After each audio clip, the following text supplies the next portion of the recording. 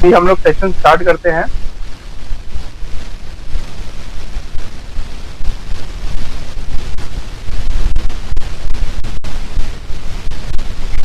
Okay, तो हम लोग अभी बात कर रहे हैं गैनोथेरेपी। ये डीएक्सन गैनोथेरेपी है।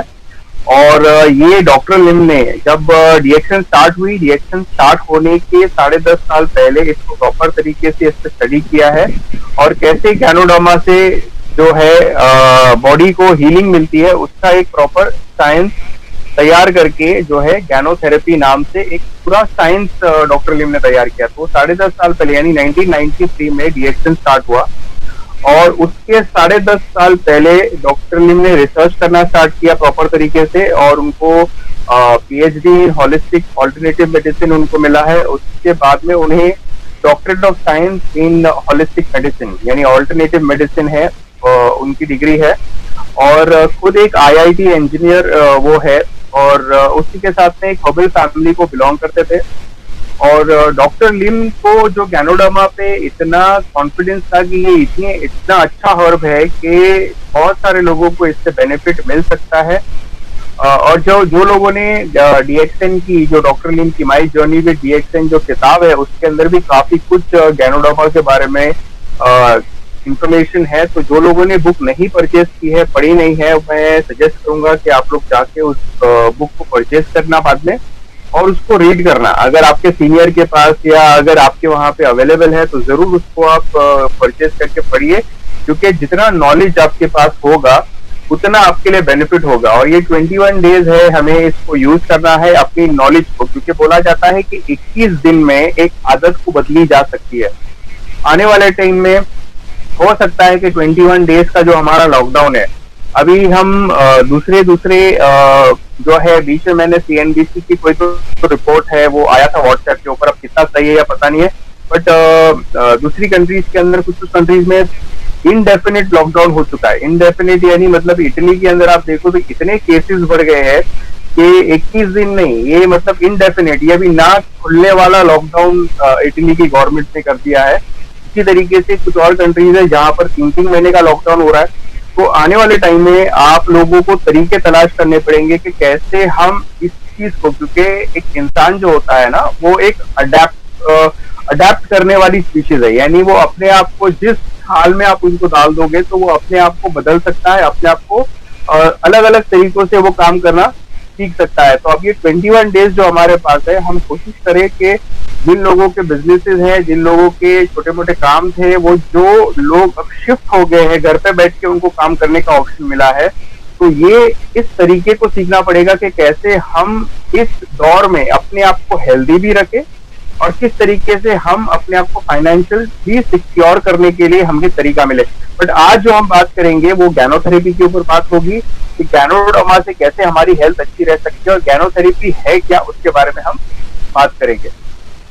तो सबसे पहले आप देखिए यहाँ पर लिखा है कि 2 अप्रोचेज ऑन हेल्थ।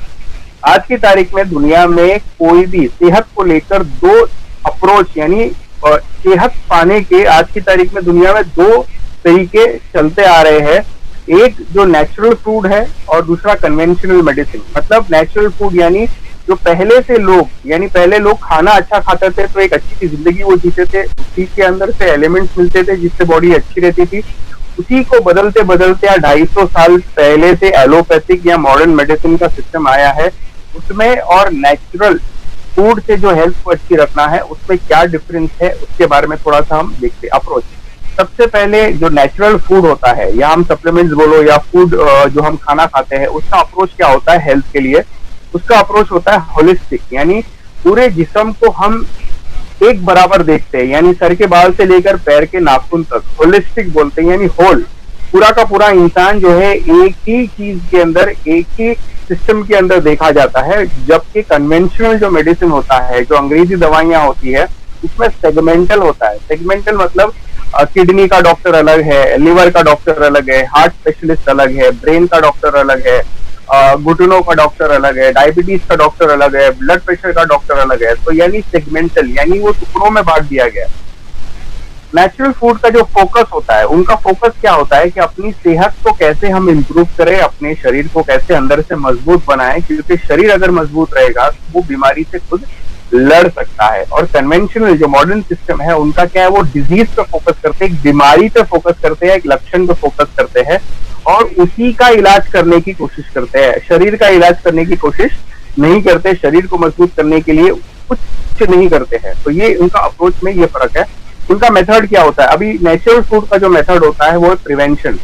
बीमारी से अपने आप को बचाने के लिए हम आज क्या कर सकते हैं ताकि हम बीमारी में ना जाए, है कि नहीं, बीमारी में ना जाए, इसका फोकस होता है नेचुरल फूड, या हम सप्लीमेंट्स की बात करते हैं या डीएक्सन की हम बात करते हैं। और जो कन्वेंशनल या मॉडर्न सिस्टम होता है उसका जो फोकस होता है, वो मेथड होता है वो क्योर, यानी मतलब आदमी का एक्सीडेंट हो गया है, अब उसको पकड़ के हॉस्पिटल में डालो और उसका इलाज करो। और अगर हम प्रिवेंट करते हैं, प्रिवेंट का मतलब क्या होता है, जब आपको बचपन में सिखाया जाता है, जब स्कूल जाते हो कि आपको जब भी रास्ता क्रॉस करना है तो please look right then look left and then cross, ये तरीका सिखाया जाता है, इसको बोलते हैं प्रिवेंशन या प्रिकॉशन।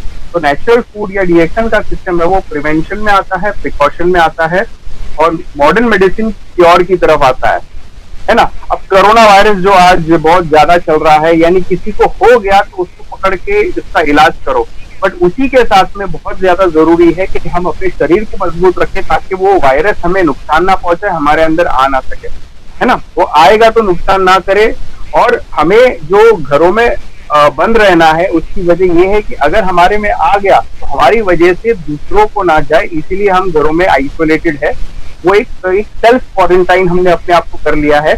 और जिन देशों ने तुरंत ही क्वारंटाइन कर लिया, जिन देशों ने लॉकडाउन जल्दी कर लिया है, उन देशों को बाहर निकलने का मौका मिल गया। जैसे चाइना ने अपने आप को लॉकडाउन कर लिया, पकड़ना स्टार्ट किया, जिन लोगों को है उनको अलग करना स्टार्ट कर लिया और अपने आप को आइसोलेट कर लिया। उन लोग जो है, चाइना इसमें से बाहर निकल गया है। बाकी इटली जिन्होंने मजाक उड़ाया है, यूएस जिन्होंने थोड़ा सा हंसी खेल में इस कोरोना को लिया, वो के अंदर बहुत ज्यादा फैल रहा है।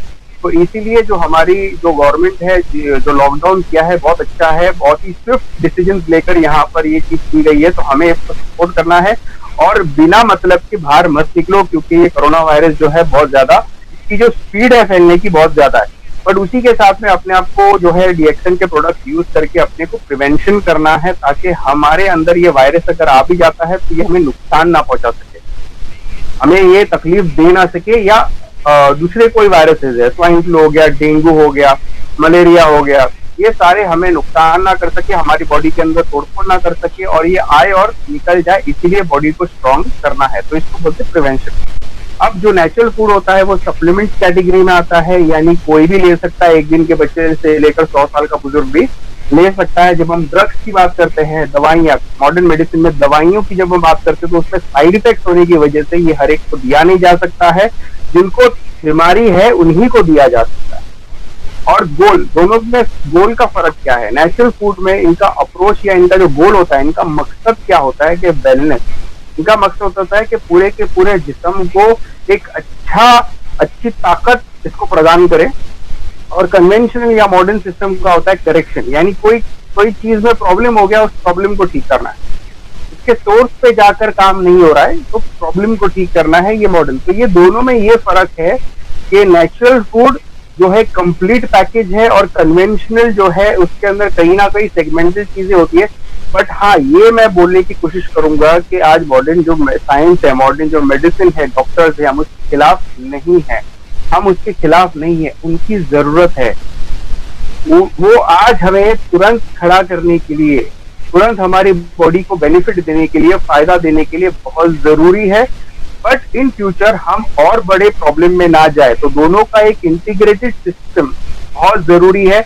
और 250 साल से जो वर्ल्ड चेंज हुआ है, लोग जो है मॉडर्न मेडिसिन पे बिलीव ज्यादा करने लग गए हैं और नेचुरल अप्रोच या नेचुरल प्रोडक्ट को जो है नकारने लगे हैं, जिस वजह से आज बीमारियां बढ़ती जा रही है।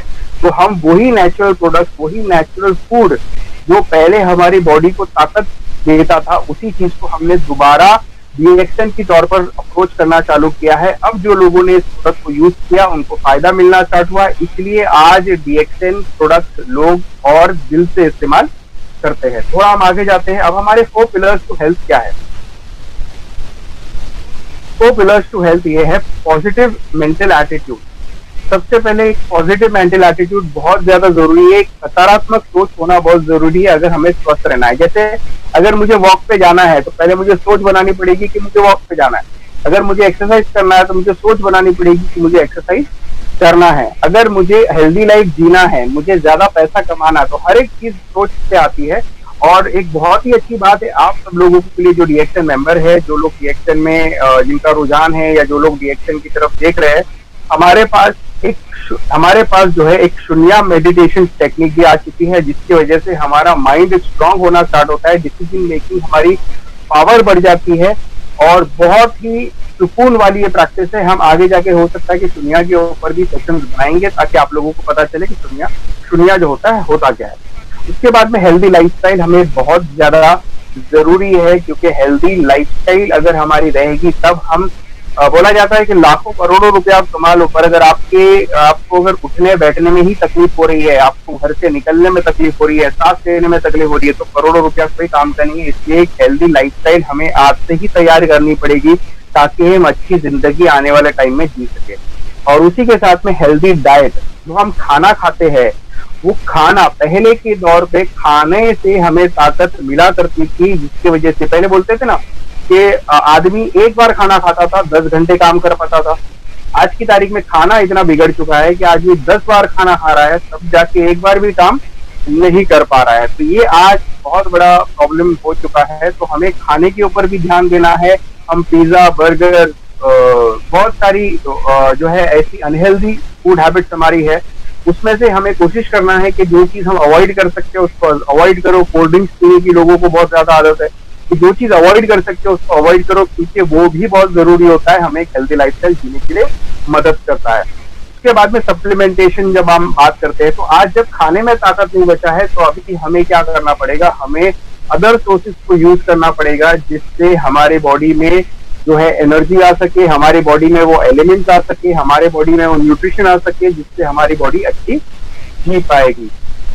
तो ये हो गया 4 पिलर्स। ये 4 पिलर्स के ऊपर आपको फोकस करना है अगर आपको एक अच्छी हेल्दी लाइफस्टाइल जीना है तो। इसके बाद आ जाता है टॉक्सिन एंड इम्बैलेंस। ये क्या है?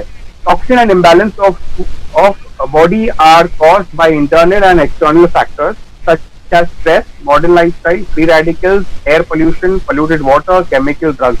यानी जो टॉक्सिन्स हमारे शरीर में जो आता है उसके इंटरनल और एक्सटर्नल फैक्टर्स है। वो क्या फैक्टर्स है? इंटरनल और एक्सटर्नल जो फैक्टर्स है वो क्या है? हमारे बॉडी के अंदर अगर मान लीजिए शुगर है, शक्कर हमारे बॉडी में ताकत देता है, पर अगर वो हद से ज्यादा हो गया तो वो हमारे लिए टॉक्सिन है। बाहर से जो हम कीटाणु जो हमारे शरीर में जा रहे हैं वो टॉक्सिन है। जैसे अब ये कोरोना वायरस है, फिर उसके बाद में चिकनगुनिया हो गया, बर्ड फ्लू हो गया, है ना, सार्स हो गया, ये सारी चीजें जो है ये टॉक्सिन है जो एक्सटर्नली हमारी बॉडी में जा रहे हैं, जो हमारी बॉडी को डिस्टर्ब करते हैं। उसके अलावा स्ट्रेस, आज टेंशन बहुत सारे लोगों को हो गया है। आज आप देखिए तो रिलेशन का और पैसों का लोगों को टेंशन है, और ये लॉकडाउन के बाद में पैसों को लेकर भी बहुत लोगों को टेंशन होने लग गया है। तो ये स्ट्रेस हमारी बॉडी में फ्री रेडिकल्स पैदा करता है और वो हमारे शरीर में टूट पैदा करता है। प्लस मॉडर्न लाइफस्टाइल, अगर लाइफस्टाइल की हम बात करें तो लाइफस्टाइल में लाइफ गायब है, सिर्फ स्टाइल में हम जी रहे हैं। आज लोग स्टाइल मारने में लगे हैं, क्या खाते हैं उनको पता नहीं है, अच्छे कपड़े पहनने को चाहिए, अच्छी गाड़ी चाहिए, दिखना हमको अच्छा है, बट हम खा रहे क्या है हमको पता नहीं है। अच्छी स्कूल में बच्चों को पढ़ने के लिए भेजना है, बट वो बच्चा जो स्कूल जा रहा है उसको बॉडी में अंदर न्यूट्रिशनल क्या नीड्स है वो हम उसके ऊपर ध्यान नहीं देते हैं। तो ये सारे मॉडर्न लाइफस्टाइल है, पिज्जा बर्गर जो खाने की आदत लोगों को है उससे भी हमें प्रॉब्लम होता है। प्लस एयर पोल्यूशन, हवा में प्रदूषण हो गया है तो वजह से हमें प्रॉब्लम्स हो रहे हैं। पानी जो है उसमें कीटाणु आ गया है, उसमें केमिकल्स आ गए हैं, और जो ड्रग्स, हम दवाइयाँ, मॉडर्न मेडिसिन जो आ गई है वो भी कहीं ना कहीं फायदा तो करती है बट उसमें नुकसान भी कई गुना ज्यादा करती है। और क्या है, हमारे खाने पीने की जो आदत है वो कैसा है, ईट टू मच, बहुत ज्यादा खाने की आदत है, बार बार खाना खाने की आदत है, ईट टू फास्ट, फटाफट से खाने की आदत है।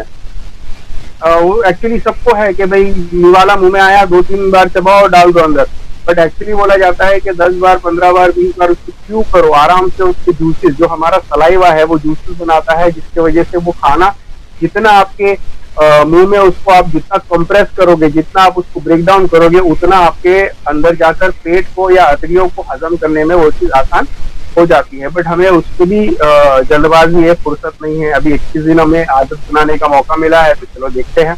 फिर उसके बाद ईट टू मच एसिडिक फूड, बहुत ज्यादा हम जो खाना खाते हैं बाहर से, हरी सब्जी लेकर आते हैं, उसको पका के लाल करके खाते हैं।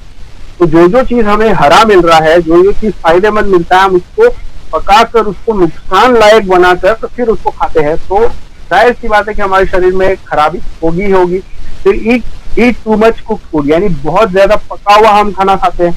उसके बाद ईट टू लिटिल ग्रीन, यानी हरा फ्रूट हम कम खा रहे हैं, भाजी हम हरी सब्जी जो हम बोलते हैं, हरापन उसमें होना चाहिए, वो हम बहुत ज्यादा कम खाते हैं। तो ये सारी चीजें जो है कहीं ना कहीं बॉडी में टॉक्सिन पैदा करती है, इम्बैलेंस पैदा करती है।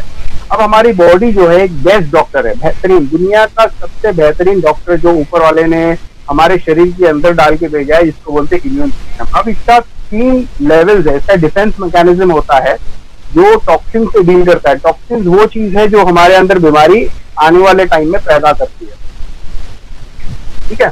तो ये जब हम फर्स्ट लेवल ऑफ डिफेंस देखते हैं, तो फर्स्ट लेवल ऑफ डिफेंस हमारी बॉडी का क्या है, डिस्चार्ज फेज। जो भी चीज हमारे शरीर में अनवांटेड है, भले वो कीटाणु हो, भले वो शक्कर एक्स्ट्रा बन जा रहा है, या हमारे बॉडी में यूरिक एसिड ज्यादा बन जा रहा है, या फिर नमक ज्यादा हमारे बॉडी में जमा हो रहा है, तो फर्स्ट लेवल ऑफ डिफेंस है वो डिस्चार्ज फेज, यानी हमारे शरीर के अंदर से गंदगी को ये बाहर निकालने का काम करता है, बाहर निकालने में मदद करता है। पर आज की तारीख में ऐसा हो गया है कि वो इतना ज्यादा है कि ऑटोमेटिकली सेकंड लेवल पे हम चले जाते हैं। तो सेकंड लेवल क्या करता है, पुट असाइड फेज, यानी जो हमारा शरीर बाहर नहीं निकाल पाता वो साइड पे जमा करने लगता है। तो ये फैट बन के जमा होने लगता है, ये यूरिक एसिड बन के जमा होने लगता है। तो ये पुट असाइड फेज, यानी जहां इसको मौका मिलेगा वहां पे ये धीरे धीरे जमा करने लगेगा। अभी तक बीमारी पता नहीं चल रही है, अभी तक तो सिर्फ जमा हो रहा है, जैसे कोलेस्ट्रॉल हो गया, फैट हो गया, यूरिक एसिड जमा हो रहा है ना। तो ये पुट असाइड फेज है, यानी अगर फर्स्ट लेवल ऑफ डिफेंस हमारा काम कर रहा है तो बहुत अच्छी बात है। अगर वो काम करने में कामयाब नहीं हुआ तो सेकंड लेवल हमारी बॉडी किस तरीके से काम करती है कि उसको साइड पे डालना शुरू करती है।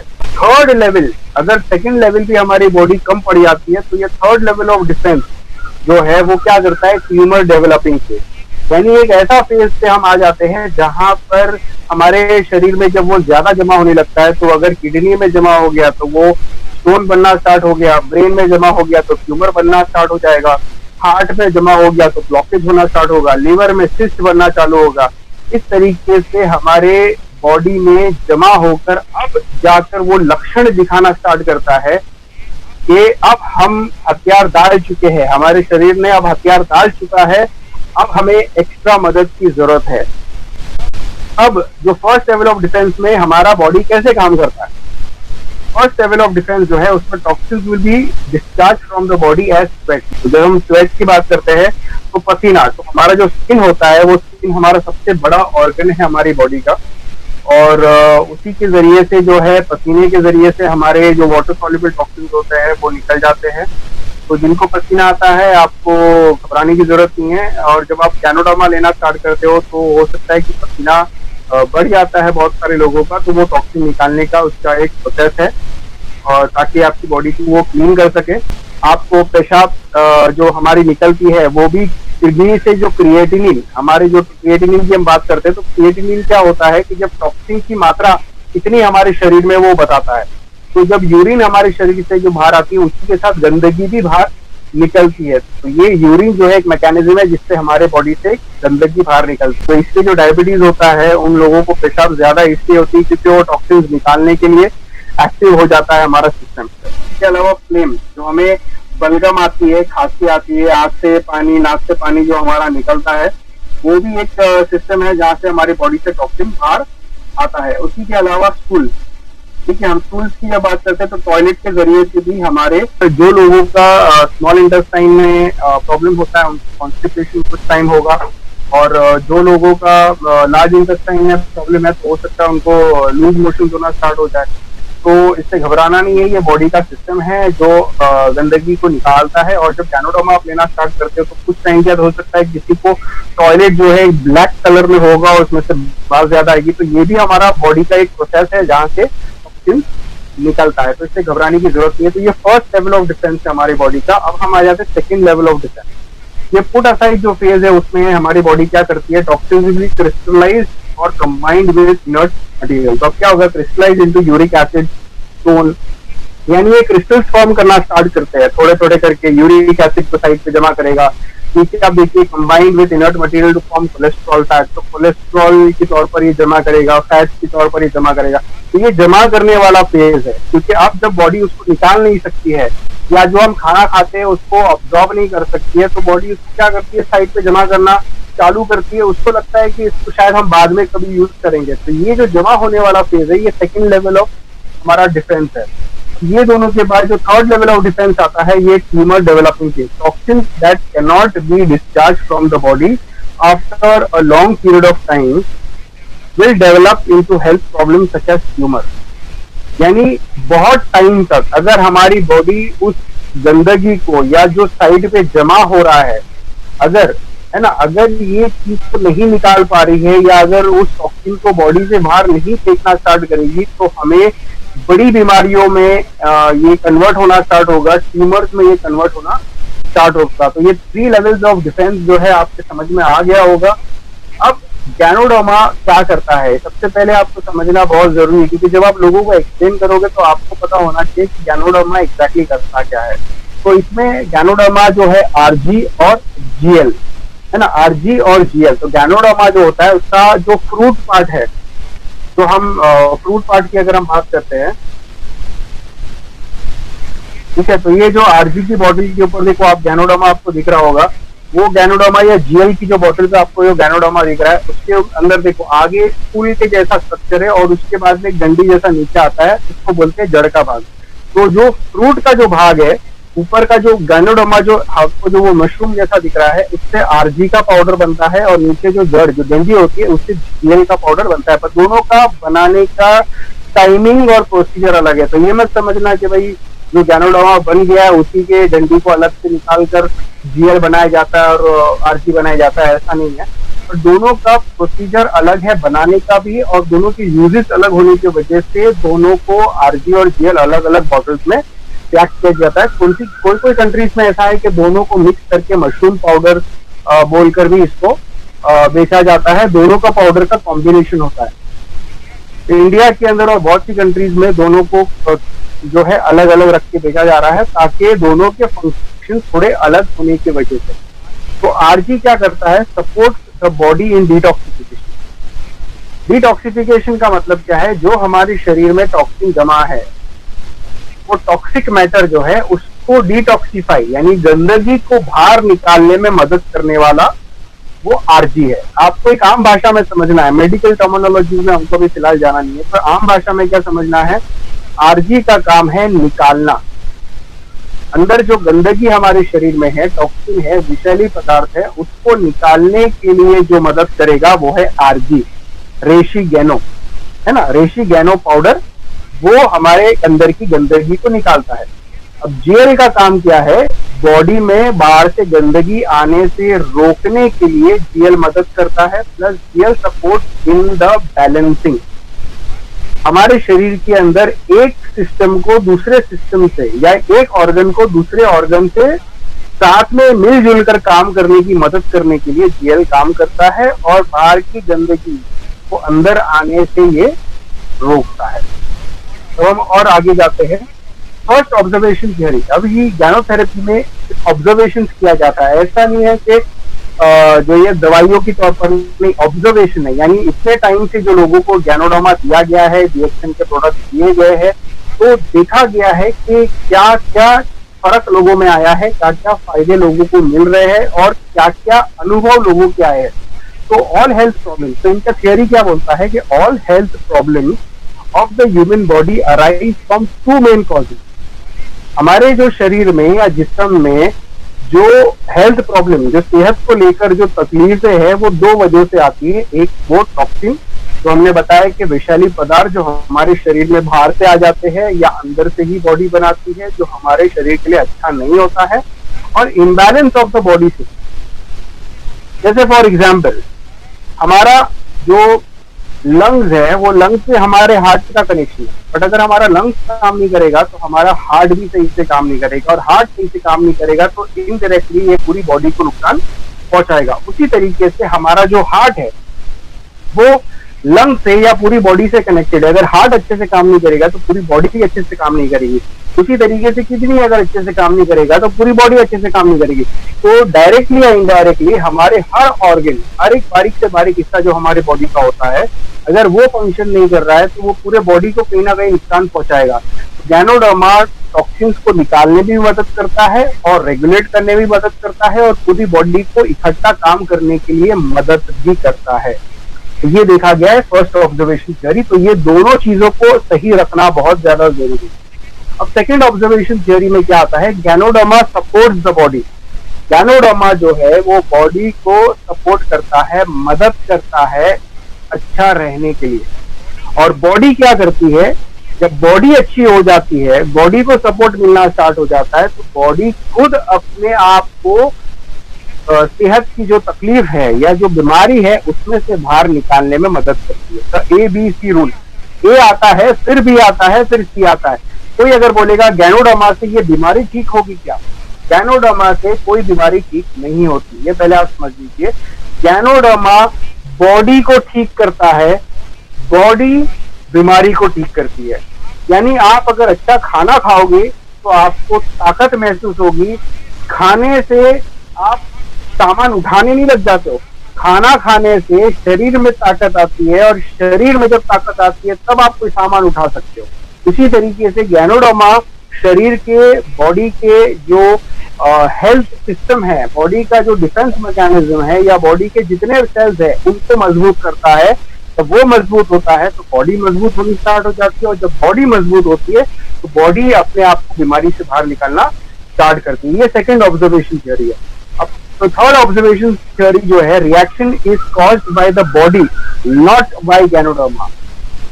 जो लोग खाना स्टार्ट करते हैं, अगर पसीना ज्यादा आ गया, पेशाब ज्यादा आने लग गई है, लूज मोशन होने लग गया है, खुजली होने लगी है ना, बॉडी के अंदर चिड़चिड़ापन बढ़ गया है, या जो भी बॉडी में गैनोडर्मा लेने के बाद में आपको जो चेंजेस लगने लगते हैं, तो ये बॉडी का एक साइंस है, इंटरनल मैकेनिज्म है, जो बॉडी में जब वो अच्छा होने लगता है तो बॉडी खुद काम करना स्टार्ट। उसका एग्जाम्पल देता हूँ।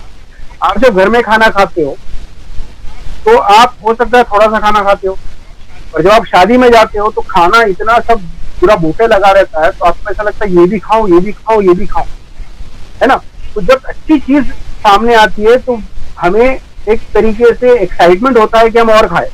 उसी तरीके से जब बॉडी को अच्छा प्रोडक्ट मिलता है, बॉडी को एक अच्छा न्यूट्रिशन मिलता है, तो बॉडी अपने आप को सुधारना स्टार्ट करती है, और इस सुधारने के प्रोसेस में बॉडी अपने आप को क्लीन भी करना स्टार्ट करती है, बॉडी अपने आप को अच्छा करना स्टार्ट करती है, और जो चेंजेस हमारे बॉडी में दिखते हैं हमें लगता है कि वो रिएक्शन है, जबकि वो रिएक्शन नहीं होता है, वो बॉडी के पॉजिटिव साइंस है जो बॉडी अपने आप को सही करने के लिए मदद करती है। It has been observed that ganoderma works on the human body with और विदाउट एन अवेयरनेस। ये आपके बॉडी को अच्छा करना चालू करती, भले आपको उसके बारे में पता चले या ना चले। अब फिजिकल चेंजेस जैसे लूज मोशन होना स्टार्ट हो गया, कॉन्स्टिपेशन होना स्टार्ट हो गया, हाथ पैर में खुजली, अगर आपने बहुत सारी दवाइयां या बहुत क्रीम लगाया है तो हो सकता है कि आपको इचेस आ जाए, आपको हो सकता है कि थोड़ी फुंसी होने के तरीके से ये आपको बताना स्टार्ट करेगा। अब इमोशनल, अगर ये लीवर पे काम करेगा तो हो सकता है बहुत सारे लोगों को नींद आना स्टार्ट हो जाए, तो ये इमोशनल भी डिफरेंस आते हैं। मूड स्विंग्स होता है, जब लीवर पे काम चालू होता है तो मूड स्विंग, ज्यादा हंसने वाला बंदा मायूस बैठा है एक जगह पे, वो एकदम शांत बैठा है, जब बॉडी को चेंजेस स्टार्ट होते हैं। या कभी कभी ये भी देखने वाला होगा कि एक मायूस बैठा रहने वाला बंदा बहुत ज्यादा बातचीत करने लग गया। तो ये जो है, ये चेंजेस हमारे बॉडी में आते हैं जो एक्चुअली गैनोडर्मा की वजह से नहीं होता है, ये हमारे शरीर की वजह से होता है जब उसको वो सही करना स्टार्ट करता है, और इसको बोलते हैं एलिमेंट रिफ्लेक्शन। एलिमेंट रिफ्लेक्शन मतलब सही करना स्टार्ट जब बॉडी करता है तो वो अपनी एक पहचान देता है कि हमने इससे काम करना स्टार्ट कर दिया। तो ये थर्ड ऑब्जर्वेशन थ्योरी है। अब उसके बाद में फोर्थ ऑब्जर्वेशन थ्योरी क्या बोलती है कि doses is independent of the situation. Doses is independent of the situation, यानी यहाँ पर सिचुएशन के ऊपर डिपेंड नहीं करता है कि बॉडी कितनी बिगड़ी है, ये कोई बता नहीं सकता। दुनिया का बेस्ट डॉक्टर आपको नहीं बता सकता है कि अंदर से कितना टूट फूट हो चुका है। बट अगर हम देखा जाए तो एक जनरल मेंटेनेंस के डोज के हिसाब से ये प्रोसीजर 1 2 4 6 वे ऑफ कंजम्पशन जो है हम इसको ले सकते हैं। यानी जो लोग गैनोडर्मा लेना चाहते हैं उनके लिए एक सिस्टम बना दिया गया है कि आप इस तरीके से आप चालू करो, क्योंकि ये दवाई नहीं है तो इसका कोई फिक्स डोजेज नहीं है। बट एक तरीके से जो ऑब्जर्वेशन देखा गया है उस हिसाब से डॉक्टर लिम ने इसको एक 4 वीक के प्रोसेस में डाला है ताकि लोगों को पता चल जाए कि उनको कितना खाना उनके लिए बेहतर होगा। तो फर्स्ट वीक में एक पैर यानी सुबह के टाइम पे आपको 1 RG और 1 GL, 1 RG और 1 GL को जब हम मिलाते हैं उसको बोलते हैं एक पैर या एक जोड़ी। तो पहले हफ्ते में आपको एक जोड़ी एक दिन रोजाना एक जोड़ी लेना है। सुबह के टाइम पे लो, आप दोपहर लो या रात को लो, आपके ऊपर है। बट एक पैर आपको स्टार्ट करना है, पहले 7 दिन आपको इसको लेना है। दूसरे हफ्ते में आपको 2 जोड़ी लेना है, यानी सुबह एक जोड़ी, शाम को एक जोड़ी। तीसरे हफ्ते में आपको 4 जोड़ी खाना है, यानी 2 जोड़ी सुबह 2 जोड़ी शाम। उसी के बाद में चौथे हफ्ते में आपको 6 जोड़ी खाना है, 2 जोड़ी सुबह, 2 दोपहर और 2 शाम को या रात को आपको खाना है। अब यहाँ पर सबसे पहले आपको समझना है कि जिस वक्त आपके बॉडी में चेंजेस आएगा, यानी पहले हफ्ते, दूसरे हफ्ते, तीसरे हफ्ते, यानी 7-7 दिन में आपको ये चीज बढ़ानी है। जिस हफ्ते में आपकी बॉडी में चेंजेस आएगा, यानी पसीना ज्यादा आ रहा है, पेशाब ज्यादा आ रही है, डिटॉक्सिफिकेशन का प्रोसेस हो गया है, या आपको आपकी बीमारियों से रिलेटेड अगर आपको कुछ चेंजेस नजर आ रहे हैं, या आपकी बॉडी में कुछ ऐसा आपको फील हो रहा है कि गैनोडर्मा खाने के बाद मुझे कुछ चेंजेस आने लगे, तो जिस जोड़ी पे आप हो आपको फिर उसी को कंटिन्यू करना है, वही पैर। यानी अगर मान लीजिए 3rd वीक में आपको ये चेंजेस नजर आ रहे हैं तो आपके लिए 4 पैर एकदम परफेक्ट है। आप उसको अगर आप लेते हो लॉन्ग टर्म, जब तक बीमारी नहीं जाती तब तक आपको इसको अगर लेते रहते हो तो आपको आगे जाके बेनिफिट अच्छा खासा मिलेगा। पर कितने टाइम तक लेना है ये हम किसी को नहीं बता सकते हैं, क्योंकि बॉडी अंदर से कितनी बिगड़ी है और उसको कितना टाइम लगेगा सही होने के लिए। पर ये आप समझ लीजिए कि जो लोग पूछते हैं हमको कब तक खाना है, तो एक सिंपल सा सवाल यही है कि अगर आप अच्छे भी हो जाते हो तो आपको सेहतमंद कब तक रहना है? आपको जिंदगी भर रहना है, तो आप ये प्रोडक्ट जिंदगी भर खाइए। बस आप दोस्त समझौता करके आप अपने आप को बजट के हिसाब से अरेंज कर सकते हो, बट अगर ये प्रोसेस से आप खाओगे तो आपको बहुत फायदा मिलेगा। अब यहाँ पर क्या लिखा है, नो रिस्पॉन्स। अगर आपको मान लीजिए आप चौथे हफ्ते तक भी जाते हो और आपको अगर ऐसा लगता है कि मुझे 6 पैर पे भी कोई फर्क नहीं पड़ रहा है, या मुझे कुछ बदलाव नहीं लग रहा है बॉडी में, तो आप उसको 7 करिए, 8 करिए, 9 करिए, 10 करिए, ऐसे करके आप बढ़ाइए, कभी तो आपको इसका बेनिफिट समझ में आएगा ही आएगा। अब 30 पैर तक भी हम लोगों को जाते हुए देखते हैं। कभी कभी मेरा मूड करता है तो मैं भी पर डे खा चुका हूँ ऑलरेडी, मैंने भी ट्राई किया हूँ, खाने का कोई नुकसान नहीं करता है, इससे कोई साइड इफेक्ट नहीं है। और मैनेजेबल सिचुएशन, अगर आपको लगता है कि ये खाने के बाद, तो अगर आपको ऐसा लगता है कि जो मुझे चेंजेस मेरी बॉडी में आ गए, यानी 2nd वीक, 3rd वीक या 4th वीक में मेरे बॉडी में डिटॉक्सिफिकेशन स्टार्ट हो गया, अगर वो कंडीशन मैनेजेबल है, यानी पेशाब इतना हो रहा है कि आप उसको मैनेज कर सकते हो, लूज मोशन इतना हो रहा है कि आप उसको मैनेज कर सकते हो, जो आर्थराइटिस का जिनको प्रॉब्लम होता है, अगर उनको जोड़ों के दर्द का प्रॉब्लम इससे बढ़ जाता है, अगर वो बर्दाश्त करने लायक है तो कंटिन्यू करिए। अगर आपको लगता है नहीं मुझे बहुत ज्यादा पेन हो रहा है, मुझे बहुत ज्यादा बॉडी में फर्क लग रहा है, या मुझे अनबेरेबल हो गया, मैं ये कंडीशन को बर्दाश्त नहीं कर सकता, तो आप प्रोडक्ट बंद नहीं करना, आप RGGL को हाफ कर सकते हो। अगर आप 6 ले रहे हो तो आप उसको 3-3 पे आ जाइए, अगर आप 2 पैर ले रहे हो तो आप 1 पैर पे आ जाइए, बट इसको बंद नहीं करना है, क्योंकि आपकी बॉडी पे इसने काम करना स्टार्ट कर लिया है, ये बॉडी को सही करना इससे शुरू कर दिया है। तो यहाँ पर क्या लिखा है कि time factor is more important than the doses. आप कितना प्रोडक्ट लेते हो और कितने कम समय तक लेते हो उससे कोई इसमें आपको ज्यादा फर्क नहीं समझ में आएगा, बट आप जब इसको लॉन्ग टर्म यूज करोगे तो आपको अंदर से एक फीलिंग आएगी, क्योंकि हेल्थ एक ऐसी चीज है जो महसूस की जा सकती है, उसको एक्सप्लेन नहीं किया जा सकता है। हम भी इस प्रोडक्ट को ले रहे हैं और जो लोग इस वीडियो को देख रहे हैं सब लोग प्रोडक्ट ले रहे हैं, सबको पता है कि इस प्रोडक्ट में कितना दम है, कितना फायदेमंद ये प्रोडक्ट है। तो हर एक को ये सेल्फ एक्सप्लेन हो चुका है, सेल्फ एक्सपीरियंस हो चुका है कि ये प्रोडक्ट में वाकई में फायदा है, इसलिए आज लोग इस प्रोडक्ट को यूज कर रहे हैं, इसलिए इसकी और मालूमात हासिल करने के लिए भी इस प्रेजेंटेशन को अटेंड कर रहे हैं। अब acidic versus alkaline, human body needs to eat alkaline, यानी आज की तारीख में देखा जाता है कि हमारे एक्चुअली बॉडी का जो रेशियो है तेजाबी है वो 20% हमारी बॉडी का होना चाहिए और 80% अल्कलाइन क्षारीय, यानी वेजिटेबल हमें ज्यादा खाना चाहिए, रॉ वेजिटेबल्स हमें फ्रूट ज्यादा खाना चाहिए, ड्राई फ्रूट ज्यादा खाना चाहिए, सारी चीजें जो हमें खाना चाहिए, बट हम उल्टा ही खा रहे हैं। कोल्ड ड्रिंक्स ज्यादा खा रहे हैं हम, रेड मीट ज्यादा खा रहे हैं हम, उसके बाद में पिज्जा बर्गर और यानी मतलब ऐसी चीजें जो जुबान को बहुत अच्छी लगती है हम वो ज्यादा खा रहे हैं, जो और जो हमारे हेल्थ के लिए अच्छी है वो हम कम खा रहे हैं। तो अगर आपको एक हेल्दी लाइफस्टाइल जीना है तो आप ज्यादा अल्कलाइन फूड खाना चालू करिए। मिलेट हो गया, व्हीट हो गया, कॉर्न हो गया, वेजिटेबल हो गया, फ्रूट हो गया, और उसी के साथ में डीएक्सएन के अल्कलाइन, सब बोलते ना वर्ल्ड का सबसे ज्यादा अल्कलाइन फूड आरजीजीएल है, गैनोडर्मा है, आप उसको खाइए। फिर उसके साथ में आप चाय पी सकते हो, डीएक्सएन की कॉफी पी सकते हो, स्पाइरुलिना खा सकते हो, मोरिंगी। तो जितना बोला जाता है कि जितना हमारा जो शरीर है जितना क्षारीय रहेगा, अल्कलाइन रहेगा, उतना ये बॉडी को बीमारी से दूर रखेगा और बीमारी को बॉडी से दूर रखेगा। तो हमारी बॉडी को पहला हमारा काम है कि अल्कलाइन बनाना बहुत जरूरी है। कैंसर जैसी बीमारी है, आर्थराइटिस हो गया, ब्लड प्रेशर हो गया, हार्ट प्रॉब्लम हो गया, जो प्रॉब्लम आज हमारी बॉडी में है वो अनहेल्दी लाइफस्टाइल की वजह से हमें होती जा रही है। अब एंजाइम थियरी के ऊपर हम आते हैं। एंजाइम थियरी क्या है? Diabetes is not the problem, ये पहले आप समझ लीजिए। डायबिटीज हमारा प्रॉब्लम नहीं है, प्रॉब्लम जो खाना हम खा रहे हैं वो हमारा प्रॉब्लम। अब डायबिटीज का प्रॉब्लम किसलिए होता है? हमारा पैंक्रियास काम नहीं करता है, इस वजह से होता है। अब पैंक्रियास काम क्यों नहीं कर रहा है? क्योंकि हमारा डाइजेस्टिव प्रॉब्लम है, यानी हमारा खाना पच नहीं रहा है। खाना पच नहीं रहा, वो क्यों नहीं पच रहा है? क्योंकि हम जो खाना खा रहे हैं वो खाने में प्रॉब्लम है, क्योंकि उस खाने में एंजाइम नहीं होता है। एक होता है मैक्रो न्यूट्रिशन, एक होता है माइक्रो न्यूट्रिशन। मैक्रो यानी प्रोटीन, कार्बोहाइड्रेट, ये सारी चीजें जो हम खाते हैं वो खाना हमारे शरीर में जाता है, जिस्म में जाता है, पर उसको हजम करने के लिए जो माइक्रो न्यूट्रिशन हमें चाहिए होते हैं, या जो एंजाइम्स होते हैं जो हमारे खाने को प्रोसेस करके उसको हजम करने के लिए मदद करते हैं, वो एंजाइम्स ही हमारे बॉडी में जब नहीं जाएगा तो हमारे बॉडी के अंदर फूड के प्रॉब्लम से खाना पचने का प्रॉब्लम आएगा, और खाना पचने के प्रॉब्लम से पैनक्रियाज में दिखेगा, और पैनक्रियाज से हमें डायबिटीज का प्रॉब्लम होगा। तो अभी हमें एंजाइम रिच फूड ढूंढने जाना है। तो एंजाइम रिच फूड, अगर हम आरजीजीएल खाते हैं वो एंजाइम रिच है, स्पाइरुलिना हम खाएंगे तो वो एंजाइम रिच है, मोरिनजाइम उसी तरीके से मोरिनजी अगर हम पीते हैं वो जो है हमारा एंजाइम रिच प्रोडक्ट है। और कोडिपाइन अभी इंडिया में नहीं है, वो आएगा। और जो कंट्रीज में जो लोग इस वीडियो को आगे यूट्यूब पे देखेंगे उनको अगर कोडिपाइन आपके इसमें मिलता है, मोरिनजाइम मिलता है, तो आप उसको कंज्यूम करके उसको आप परचेज करके ले सकते हो और कंज्यूम कर सकते हो।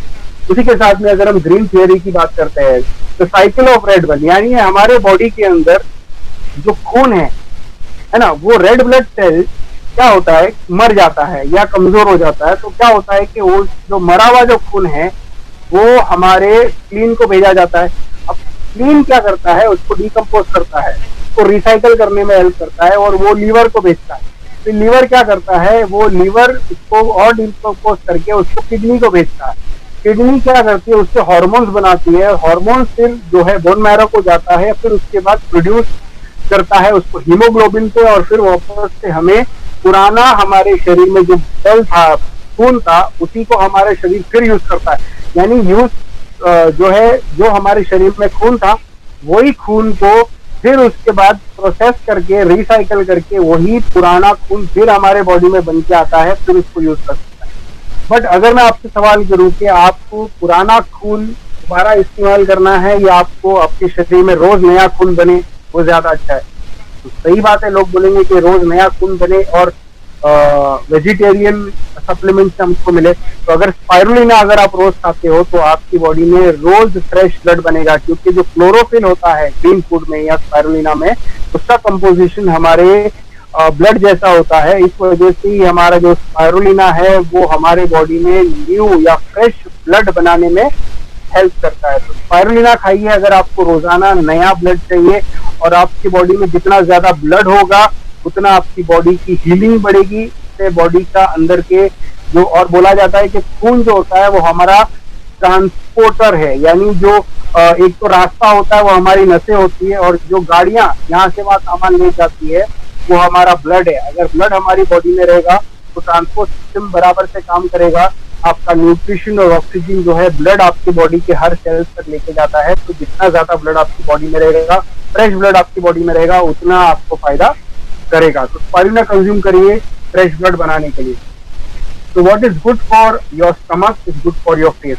तो गैनोडर्मा स्पारुलिना जो है ये आपके जब पेट के लिए अच्छा है तो आपके ये चेहरे के लिए भी अच्छा है, स्किन के लिए भी अच्छा है। तो इसलिए डॉक्टर लिम ने जो है इसी गैनोडर्मा को साबुन के तौर पर आपको दिया है, इसी गैनोडर्मा को आपको मसाज ऑयल के जैसा आपको दिया है, इसी गैनोडर्मा को आपको शैम्पू की तौर पे दिया है ना।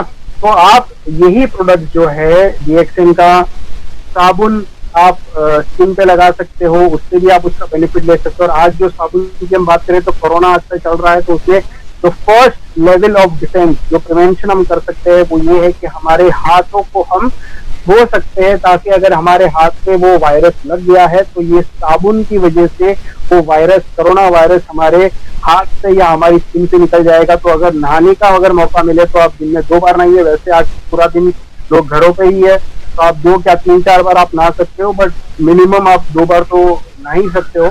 और उसी के साथ में जिनको जोड़ों के दर्द का प्रॉब्लम है वो गैनो मसाज ऑयल यूज कर सकते हैं। जिनको ब्लड की डेफिशिएंसी, हीमोग्लोबिन कम है, प्रेग्नेंट फीमेल्स है, वो स्पारुलिना यूज कर सकते हैं। और आरसीजीएल जो है बहुत ही जबरदस्त, बहुत ही बेहतरीन प्रोडक्ट है डीएक्सएन का। और जो शैम्पू है आप बालों के लिए इस्तेमाल कर सकते हो, काफी टेस्टिमोनियल्स है लोगों के बालों के। और उसी तरीके से हम आगे बढ़ते हैं। तो अब ये कौन ले सकता है, ये जो मेरे ख्याल से लास्ट स्लाइड है, इसको हम फिनिश करके इस प्रेजेंटेशन को खत्म करेंगे।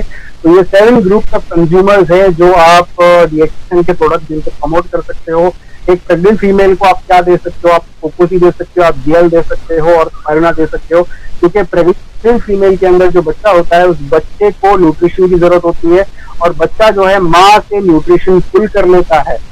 तो चाहे या ना चाहे माँ से ये न्यूट्रिशन फुल कर लेता है। और अगर माँ के अंदर न्यूट्रिशन की कमी है तो बच्चे को प्रॉब्लम आगे आ सकता है और माँ के अंदर भी प्रॉब्लम आ सकता है। तो अगर आप जीएल, कोकोसी और स्पारुलिना अगर माँ को देते रहोगे तो बॉडी की न्यूट्रिशनल जो डेफिशिएंसी है, कमियां हैं, वो माँ की पूरी होती जाएगी। तो माँ भी स्ट्रांग रहेगी और माँ की वजह से वो बच्चा भी स्ट्रांग और एक अच्छा हेल्दी बच्चा पैदा होगा। और हो सकता है कि सिजेरियन के चांसेस भी बहुत बहुत बहुत कम हो जाएंगे, नेचुरल डिलीवरी के चांसेस बहुत बढ़ जाएंगे। तो कोकोसी है, स्पारुलिना है और जीएल है, ये प्रेग्नेंट फीमेल को आप दीजिए। तो उसके बाद में आता है इन्फेंट। ये छोटा सा जो बच्चा होता है इसकी बहुत ज्यादा इसको कीटाणु लग जाते हैं, बहुत सारे बार बार बुखार हो जाता है, वायरल हो जाएगा।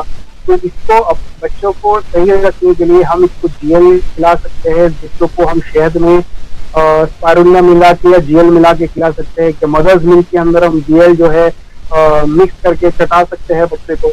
तो इस तरीके से बच्चों की हेल्थ को भी हमें अच्छा रखने में जीएल हम दे सकते हैं और स्पारुलिना हम दे सकते हैं। तो ये एक फायदा हो गया। उसी के साथ में जो स्कूल चिल्ड्रंस है, तो ये जो बच्चे होते हैं इनको ग्रोथ का, इनका जो फेज होता है ये ग्रोथ एंड डेवलपमेंट का फेज होता है। इस फेज में जो बच्चे का मेंटल हेल्थ, फिजिकल हेल्थ जितना ज्यादा स्ट्रांग बन जाएगा वही आगे इनको हेल्प करेगा जब ये बड़े होते हैं, बूढ़े होते हैं। जितना आपको आज इनके अंदर जितना न्यूट्रिशन डालना है, जितना इनको नरिश करना है, जितना इनको ताकत देना है, वो इस टाइम का जो फेज होता है उसमें जितना ज्यादा उनको हेल्दी खाना खिलाओगे, हेल्दी सप्लीमेंट दोगे, हेल्दी न्यूट्रिशन दोगे, तो कोकोसी इनके लिए बहुत अच्छा है, स्पारुलिना इनके लिए बहुत अच्छा है, जीएल इनके लिए बहुत अच्छा है। उसके बाद में हम आ जाते हैं टीनेजर्स। टीनेजर्स को कोकोसी आप दे सकते हो, कॉफी आप दे सकते हो, जीएल, आरजीजीएल दे सकते हो, स्पारुलिना दे सकते हो, क्योंकि इस एज में हार्मोनल चेंजेस होते हैं। जब बचपन से, लड़कपन से जब ये जवानी की तरफ जाते हैं तो बॉडी में बहुत सारे हार्मोनल चेंजेस होते हैं, फोड़ियां आने लग जाती है। तो ये हार्मोनल चेंजेस की वजह से होता है। तो अगर उस हार्मोनल चेंजेस को कंट्रोल किया जाए तो हो सकता है ये प्रॉब्लम ना हो। तो इसके अंदर भी आप आरजीजीएल दे सकते हो। उसी तरीके से जो लड़के होते हैं, लड़कों के आईब्रोज बहुत ज्यादा थिक होने लग जाते हैं, है ना। और बहुत सारे जैसे आप बोलते हैं कि जो बचपने से जवानी का आने का जो हार्मोनल फेज होता है उसमें बहुत सारा डिस्ट्रक्शन बॉडी में होता है, जिसको ये कंट्रोल करने में डीएक्सएन के प्रोडक्ट मदद करते हैं। इसके बाद में मैरिड कपल्स है, तो मैरिड कपल्स के लिए भी जो है डीएक्सएन का प्रोडक्ट बहुत ज्यादा फायदेमंद है, क्योंकि अभी उनकी एक नई फैमिली स्टार्ट करनी है, प्लस उनका बॉडी में परफॉर्मेंस अच्छा होना चाहिए, प्लस इसके साथ में बॉडी में एनर्जी लेवल्स बहुत ज्यादा रहने चाहिए। और उसके बाद जब बच्चे होते हैं तो उनके अंदर भी एक मेंटली कामनेस होना चाहिए। प्लस उसके साथ में बच्चों को जैसे बड़ा हो रहा है तो बच्चे बहुत सारे सवाल करते हैं, बहुत क्वेश्चन होते हैं, तो कहीं ना कहीं अपने आप को मेंटली स्टेबल रखने के लिए, फिजिकली उसके पीछे भागने के लिए स्ट्रेंथ रहना बहुत जरूरी है। तो ये सारी चीजों के लिए डीएक्शन के प्रोडक्ट जो है बहुत ज्यादा हेल्प करते हैं। तो मैरिज कपल्स के लिए भी बहुत अच्छा है। तो क्या ले सकते हैं, आरजीजीएल ले सकते हैं, कॉफी ले सकते हैं और स्पाइरुलिना ले सकते हैं। और परफॉर्मेंस के लिए अगर उनको प्रोडक्ट चाहिए तो कॉर्डिसेप्स कॉफी बहुत ज्यादा अच्छा है क्योंकि स्टेमिना बिल्ड करता है। उसके बाद में हम आ जाते हैं सीनियर सिटीजन पे। अब सीनियर सिटीजन को ये प्रोडक्ट लेना चाहिए जरूरी है क्योंकि एक एज के बाद में बॉडी रिवर्स डायरेक्शन में जाती है, एनर्जी की कमी होने लगती है। तो अगर उनको डायबिटीज है तो मैं उनको अवॉइड करूंगा कि आप उनको कोकोजी की जिसमें हाई कैलोरी शुगर होता है तो उनको अवॉइड करके आप उनको कॉर्डिसेप्स कॉफी दे सकते हो, आप उनको आरजीजीएल दे सकते हो, स्पाइरुलिना दे सकते हो, ताकि उनके बॉडी में इतनी ताकत रहे कि वो अपने काम को इंडिपेंडेंटली करे। मेरी जो है माँ आज खुद कॉर्डिसेप्स कॉफी पीती है क्योंकि उनको बहुत अच्छा लगता है, उनको रिलैक्स फील होता है, डिप्रेशन और माइंड को काम रखने में ये बहुत मदद करता है। तो बहुत सारे लोग जो अगर कॉर्डिसेप्स कॉफी इससे भी पीना चाहते हैं तो पी सकते हैं। और आजकल कोरोना वायरस जो है वो वायरस जाके सीधा लंग्स को डिस्ट्रॉय करता है, डिस्टर्ब करता है, और कॉर्डिसेप्स जो है अपने लंग्स को स्ट्रेंथन करता है। तो कॉर्डिसेप्स कॉफी जो लोग नहीं पी रहे आप उनको पीना चालू करिए ताकि आपको पता चले कि इसके फायदे क्या है। और उसी के साथ में जो बीमार लोग हैं उनको ये पीना बहुत ज्यादा जरूरी है ताकि वो अपनी सेहत को बरकरार रखें। तो यहीं पे हम आज अपना प्रेजेंटेशन खत्म करते हैं। तो उम्मीद करता हूँ कि आप लोगों को ये प्रेजेंटेशन बहुत अच्छा लगा होगा और कुछ ना कुछ इन्फॉर्मेशन जरूर मिली होगी। और हो सकता है कि अब कुछ लोगों को साथ मैं पर्सनल डिस्कशन करूंगा। एंड जो लोग इस प्रेजेंटेशन को देख रहे हैं, अगर आपके कुछ क्वेश्चन है तो जरूर आप जब यूट्यूब पे इसको देख रहे हो तो आप जरूर कमेंट्स में मुझे कुछ अगर जो आपके क्वेश्चन है आप उसको लिखिए। तो हो सकता है कि उससे रिलेटेड भी मैं प्रेजेंटेशन आगे बनाऊं या आपके जो सवाल है उसका जवाब मैं आपको वीडियो के तौर पर बना के दूं। तो thank you very much all of you all. और डीएक्शन के प्रोडक्ट यूज करिए, अपने आप को हेल्दी रखिए, stay safe, stay healthy. Thank you very much, have a great day.